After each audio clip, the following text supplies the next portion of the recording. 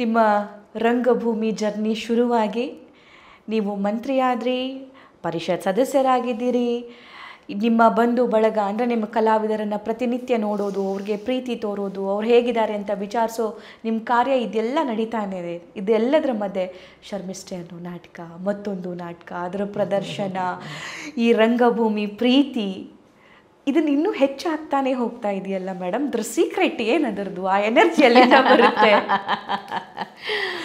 ಮೊದಲನೇದು ನಾನು ಕಲ್ತ್ಕೊಂಡದ್ದೇನಂತ ಹೇಳಿದ್ರೆ, ನನಗೆ ಗೊತ್ತಿರೋದು ಒಂದೇ, ನಾವು ಹುಟ್ಟಿ ಬಂದಿದ್ದೇವೆ ಅಂದರೆ ಯಾತಕ್ಕೋಸ್ಕರ ಹುಟ್ಟಿ ಬಂದಿದ್ದೇವೆ? ನಮ್ಮ ಸುಖವನ್ನು ಕಂಡುಕೊಳ್ಳೋಕ್ಕೆ ಮಾತ್ರವೇ ನಾವು ಹುಟ್ಟಿ ಬಂದಿದ್ದೇವ? ಮನುಷ್ಯ ತನಗೋಸ್ಕರ ತಾನು ಎಂದೂ ಹುಟ್ಟಿರೋದಿಲ್ಲ. ಯಾವ ಪ್ರಾಣಿ, ಪಕ್ಷಿ, ಗಿಡ ಗೆಂಟೆಗಳು ಯಾವುದೂ ತನಗೋಸ್ಕರ ಇರೋದಿಲ್ಲ. ನಮ್ಮಿಂದ ಮತ್ತೊಬ್ಬರು ಮಗದೊಬ್ಬರು ಅಟ್ಯಾಚ್ ಮಾಡೇ ಇರ್ತಾರೆ. ನಮ್ಮನ್ನು ನಮ್ಮ ತಂದೆ ತಾಯಿಗಳಿಗೆ ಅಟ್ಯಾಚ್ ಮಾಡಿದ್ದ, ನಮ್ಮ ತಂದೆ ತಾಯಿನ ಅವ್ರ ತಂದೆ ತಾಯಿಗಳಿಗೆ ಅಟ್ಯಾಚ್ ಮಾಡಿದ್ದ. ಅದು ಒಂದು ರೀತಿಯ ಚೈನ್ ಲಿಂಕ್ ಮನುಷ್ಯ ಸಂಬಂಧಗಳು ಇಲ್ಲಿ. ಸೊ ಹಾಗಾಗಿ ಒಬ್ರಿಗೊಬ್ರಿಗೆ ಆ ಥರ ಭಾರತದಲ್ಲಂತೂ ಕೂಡ ಎಮೋಷ್ನಲಿ ತುಂಬ ಡಿಪೆಂಡೆಂಟ್, ಎಕನಾಮಿಕಲಿ ಡಿಪೆಂಡೆನ್ಸ್, ಎಮೋಷ್ನಲಿ ಎಲ್ಲ ರೀತಿಯಲ್ಲೂ ಕೂಡ ಈಚ್ ಡಿಪೆಂಡೆನ್ಸಿ ಇರ್ತದೆ. ಸೊ ಹಾಗಾಗಿ ಪ್ರತಿಯೊಬ್ಬ ಮನುಷ್ಯ ಇಲ್ಲಿ ಹುಟ್ಟಿ ಬಂದಿರತಕ್ಕಂಥದ್ದು ಒಬ್ಬರಿಗೊಬ್ಬರು ಸಹಕಾರ, ಸಹಯೋಗ, ಸಂಬಂಧಗಳನ್ನು ಪ್ರೀತಿಯಿಂದ ಕಂಡುಕೊಂಡು ಎಲ್ಲವನ್ನೂ ಮಾಡ್ತಾ ಹೋಗಲಿಕ್ಕೆ ನಾವು ಬಂದಿದ್ದೇವೆ. ಇಲ್ಲಿ ಈರ್ಷೆ, ದ್ವೇಷ, ಅಸೂಯೆಗಳಿಗೆ ಹೆಚ್ಚು ಅಲ್ಲ ಅವಕಾಶನೇ ಕೊಡಬಾರ್ದು. ಪ್ರೀತಿಯನ್ನು ನಿಮಗೆ ಪ್ರೀತಿ ಸಿಗದೆ ಹೋದ್ರು ಆ ಪ್ರೀತಿಯ ಮಹತ್ವ ನಿಮಗೆ ಗೊತ್ತಿದೆ ಅಲ್ಲ. ಸೊ ನಿಮ್ಮಲ್ಲಿರುವ ಪ್ರೀತಿಯನ್ನು ಪ್ರೀತಿಸಿ, ಎಲ್ಲರನ್ನು ಪ್ರೀತಿಸ್ತಾ ಹೋಗಿ, ಎಲ್ಲರನ್ನು ಅಪ್ಕೊಳ್ತಾ ಹೋಗಿ, ಎಲ್ಲರನ್ನು ಒಪ್ಕೊಳ್ತಾ ಹೋಗಿ, ನಿಮಗೆ ಅಪಾಯ ಮಾಡುವ, ನಿಮಗೆ ಕೇಡು ಬಯಸುವವರೆಗೂ ಕೂಡ ಕೇಡು ಬಯಸದೆ ಮುಂದೆ ಹೋಗಿ. ಆ ಪ್ರೀತಿ ಅನ್ನೋದೇ ಹಾಗೆ ಜಗದಗಲ, ಹಿಡಿಯಷ್ಟಲ್ಲ ಅದು. ಹೌದೌದು. ಸೊ ಹಾಗಾಗಿ ಎಲ್ಲರನ್ನು ಪ್ರೀತಿಸಿ, ಜೊತೆಗೆ ನಿಮ್ಮನ್ನು ನೀವು ಪ್ರೀತಿಸಿ.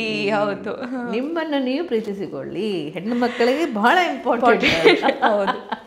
ಸೊ ಹಾಗಾಗಿ ನನ್ನ ಸಂಬಂಧಗಳನ್ನಾಗಲಿ, ಸ್ನೇಹಿತರನ್ನಾಗಲಿ ಅಥವಾ ಕಲಾವಿದರನ್ನಾಗಲಿ ನನಗೆ ಎಷ್ಟು ಸಾಧ್ಯವೋ, ನಾನು ಆಕಾಶದ ಎತ್ತರಕ್ಕೆ, ಭೂಮಿಯಷ್ಟು ಅಗಲವಾಗಿ ನಾನೇನೋ ಯಾರಿಗೋ ಮಾಡ್ತೀನಿ, ನನ್ನ ಇತಿಮಿತಿಯಲ್ಲೇ ನನಗೆ ಎಷ್ಟು ಸಾಧ್ಯವಾಗುತ್ತೋ ನಾನು ಪ್ರೀತಿಸ್ತೇನೆ. ನನಗೆ ಎಷ್ಟು ಸಾಧ್ಯವಾಗುತ್ತೋ ನಾನು ಸಹಾಯ ಮಾಡ್ತೇನೆ. ಅತಿಯಾಗಿನೂ ಮಾಡದೆ, ಕಂಜೂಸು ಆಗದೆ ಮಿತಿಯಲ್ಲಿ ಬದುಕನ್ನು ಕಟ್ಕೊಂಡು ಹೋಗೋ ಪ್ರಯತ್ನ ಅಂತೂ ಮಾಡ್ತೇನೆ. ಓಕೆ, ಮುಂದಿನ ನಾಟಕ ಯಾವುದು? ಪ್ರದರ್ಶನ ಎಲ್ಲಿ? ಪ್ರಿಪ್ರೇಷನ್ ಆಗ್ತಿದೆಯಾ? ಶರ್ಮಿಷ್ಠೆ ಅಂತೂ ಈಗ ಸದ್ಯಕ್ಕೆ ಮಾಡಿದ್ದೇನೆ. ಹೌದು, ದಟ್ ಈಸ್ ಟ್ರೆಂಡ್ ಸೆಟ್ಟಿಂಗ್. ಪ್ರೀತಿಸಬೇಕು, ರಂಗಭೂಮಿನ ಪ್ರೀತಿಸಬೇಕು, ಪಾತ್ರಗಳನ್ನು ಪ್ರೀತಿಸಬೇಕು, ಕಲೆಯನ್ನು ಪ್ರೀತಿಸಬೇಕು. ಪ್ರೀತಿ ಹೆಚ್ಚಾಗ್ತಿದೆಯಲ್ಲ, ಎನರ್ಜಿ ಎಲ್ಲಿಂದ ಬರ್ತಿದೆ ನಿಮ್ಗೆ? ಉಮಾಶ್ರೀ ಪ್ರೀತಿಸ್ಕೊಳ್ಳೋದೇ energy. Yes, she love. Umashree ತನ್ನೊಳಗಿರುವ ಕಲಾವಿದೆಯನ್ನು ತುಂಬ ಪ್ರೀತಿ ಮಾಡ್ತಾಳೆ. ಶೆಲ್ಲ ತುಂಬ ಪ್ರೀತಿ ಮಾಡ್ತಾಳೆ. ಉಮಾಶ್ರೀ ತನ್ನೊಳಗಿರ್ತಕ್ಕಂಥ ಒಳಿತನ್ನು ಬಯಸುವ ಮನಸ್ಸಿದೆಯಲ್ಲ, ಉಮಾಶ್ರೀ ಒಳಗೊಬ್ಳಿದಾಳಲ್ಲ, ಅವಳನ್ನು ತುಂಬ ಇಷ್ಟಪಡ್ತೀನಿ ನಾನು. ಸೊ ಅವ್ರು ಏನು ಮಾಡ್ತಾರೆ ಅಂದರೆ ಸುಮ್ಮನೆ ಕೂರಕ್ಕೆ ಬಿಡಲ್ಲ ನನ್ನ. ಏನಾದರೂ ಮಾಡಿ, ಹೋಗಿ ಅದು ಮಾಡು, ಇದು ಮಾಡು, ಇದು ಮಾಡು, ಅದು ಮಾಡು ಅಂತ ಹೇಳಿ ಎನರ್ಜಿ ನನಗೆ ಕೊಡ್ತಾನೆ ಇರ್ತಾರೆ. ಅಲ್ಲಿ ಹೋಗಿ ಕೆಲಸ ಮಾಡಬೇಕಾದ್ರೆ ಖುಷಿಯಾಗಿ ಕೆಲಸ ಮಾಡ್ತೀನಿ. ಜೊತೆಗೆ ನನ್ನ ಕುಟುಂಬ ಇದೆಯಲ್ಲ, ನನ್ನ ಮಗ, ನನ್ನ ಸೊಸೆ, ನನ್ನ ಮಗಳು, ನನ್ನ ಅಳಿಯ, ನನ್ನ ಮೊಮ್ಮಕ್ಕಳು ಎಲ್ಲರೂ ಸಹ ನನ್ನನ್ನು ತುಂಬ ಎಂಕರೇಜ್ ಮಾಡ್ತಾರೆ, ಎಂಜಾಯ್ ಮಾಡ್ತಾರೆ, ಖುಷಿಯಾಗಿರ್ತಾರೆ, ಖುಷಿ ಕೊಡ್ತಾರೆ, ಸಪೋರ್ಟ್ ಮಾಡ್ತಾರೆ. ನನ್ನ ಸೊಸೆ ಇರ್ಬೋದು, ನನ್ನ ಮಗ ಇರಬೇಕು. ಈಗ ಈ ವಯಸ್ಸಿನಲ್ಲಿ, ಮೊದಲೆಲ್ಲ ಅವ್ರು ಇರಲಿಲ್ಲ, ಪುಟ್ಟ ಮಕ್ಕಳಾಗಿದ್ರು, ಸೊಸೆ ಇರಲಿಲ್ಲ. ಆದರೆ ಈಗ ಏನಾಗುತ್ತೆ ಅಂತ ಹೇಳಿದ್ರೆ, ನನಗೇನಾಗಬೇಕು ಎಲ್ಲ ಹೊಂದಿಸ್ಕೊಡೋದು, ರೆಡಿ ಮಾಡೋದು. They are excited. ಈಗ ನಾನು ಅನ್ಕೊಳ್ತೀನಿ ಒಂದ್ಸಲ, ನಾನು I am not dependent, but ಹಂಗೆ ನೋಡಿದ್ರೆ ಎಸ್ ಅವ್ರು ಇಲ್ಲದೆ ಹೋಗಿದ್ರೆ ಹಾಗೆ. ಅಮ್ಮ, ನೀವು ಚೈಲ್ಡ್ಹುಡ್ಡಲ್ಲಿ ಅಥವಾ ನಿಮ್ಮ ಇನಿಷಿಯಲ್ ಡೇಸಲ್ಲಿ ರಂಗಭೂಮಿ ಕಲಾವಿದೆಯಾಗಿ ಆರಂಭ ಮಾಡಿದಾಗ ಮಿಸ್ ಮಾಡ್ಕೊಂಡಿದ್ದೆಲ್ಲ ಈಗ ಸಿಗ್ತಾ ಇದೆ ಅಂತ ಅನ್ನಿಸ್ತಿದೆಯಾ? ನೀವು ಹೇಳಿದ್ದನ್ನು ನೋಡಿದ್ರೆ ನನ್ನ ಮೊಮ್ಮಕ್ಕಳು ತಯಾರು ಮಾಡ್ತಾರೆ, ಮಕ್ಕಳೆಲ್ಲ ಸಪೋರ್ಟ್ ಮಾಡ್ತಾರೆ, they are also curious, they are also excited ಅಂತ ನೋಡಿದಾಗ ಸಮ್ವೇರ್ ಬಾಡೀಸ್ ಅವರು ಪ್ರೀತಿ ಮಾಡ್ತಾರೆ. ಪ್ರೀತಿ ಮಾಡ್ತಾರೆ, ನನ್ನ ಗೆಳೆಯರು ಪ್ರೀತಿ ಮಾಡ್ತಾರೆ, ನನ್ನ ಅಭಿಮಾನಿಗಳು ಪ್ರೀತಿ ಮಾಡ್ತಾರೆ. ರಾಜಕೀಯದಲ್ಲಿ ಏನನ್ನೂ ನಿರೀಕ್ಷೆ ಮಾಡದೆಯೇ ನನ್ನ ಜೊತೆಯಲ್ಲಿರ್ತಕ್ಕಂತಹ ಕಾರ್ಯಕರ್ತರು ಅತಿಯಾಗಿ ಪ್ರೀತಿಸ್ತಾರೆ. ಅಫ್ಕೋರ್ಸ್ ನಿರೀಕ್ಷೆಗಳನ್ನು ಇಟ್ಕೊಂಡು ಬಂದಿರತಕ್ಕಂಥವ್ರು ಕೇವಲವಾಗಿ ತಿಳ್ಕೊತಾರೆ ನನ್ನ ಬಗ್ಗೆ. But I don't care, I don't bother.